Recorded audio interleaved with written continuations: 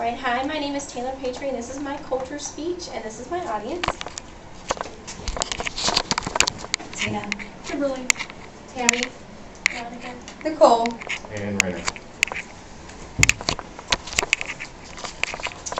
Alright, so with the topic being culture, I wanted to stick to a little close to home, and since it is October 23rd, I wanted to get, a little close to that, so I chose Halloween. It's, 9 days away, so I was like, we get in the spirit, so.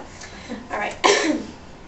There's only one night a year when you can celebrate monsters, ghouls, and goblins in the dark. In this one night, all over the world, people are either being scared or are doing the scaring. People are celebrating this night with each other to achieve the fun and the candy that comes along with the holiday. History.com explains that Halloween has become less about literal ghosts and goblins and more about the costumes and candy over the years. Starting with the Celtic group over in the Europe region and passing over more than 2,000 years, this speech shows how Halloween has changed over the years.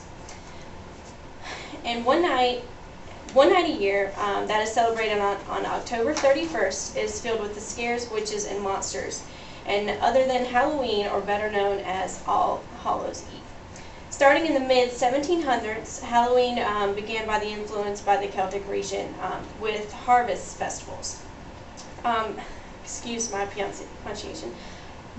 Samhain, which means summer's end, is the name for these Celtic evenings, which means summer would mean life, and then going into the winter would mean death. So they would use that night in particular to cross over, basically. So they would have these festivals where they would party and celebrate the dead, and they would leave out food for their loved ones and basically celebrate, going into that season. Alright, Halloween.com expressed that the Celtic group started the food offerings by leaving food outside to keep the monsters away, but also to share and return prayers for the people that were in the dead, which I thought was pretty cool.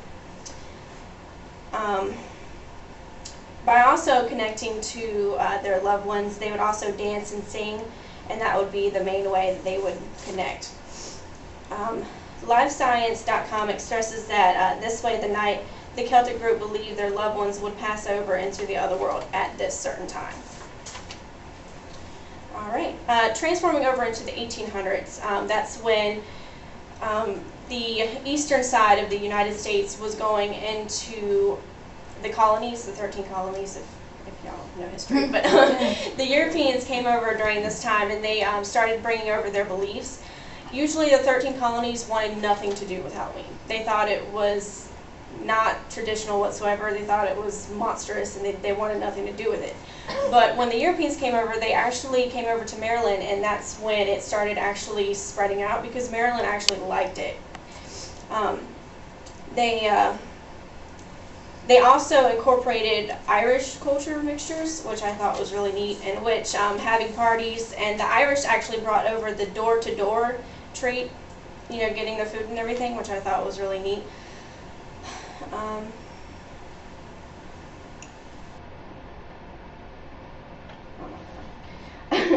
They also involve tricks and treats and scares into the mix. And Life Science also explains in the 1800 tricks were things such as tipping over outhouses, opening up farm gates to let their animals out, which was really mean, and then egging houses also. Alright, transforming into the 1900s, or the 20th century, that's when the culture got more modernized. I think with TV and with the media, branching out, we had things such as characters in cartoons, and that's when the costumes came into play. They would have parties such as bobbing for apples, carving pumpkins, the caramel apple making, and the costume winners, or the parties, whatever you say. As far as tricks go, it came into more like block party and more vandalism when we came into the 1900s. Alright, and now in 2014, I don't know if you've noticed, but when I was young, it was more about, you know, being out with your family, just going over and being neighborly and, you know, just getting candy. But I feel now more it's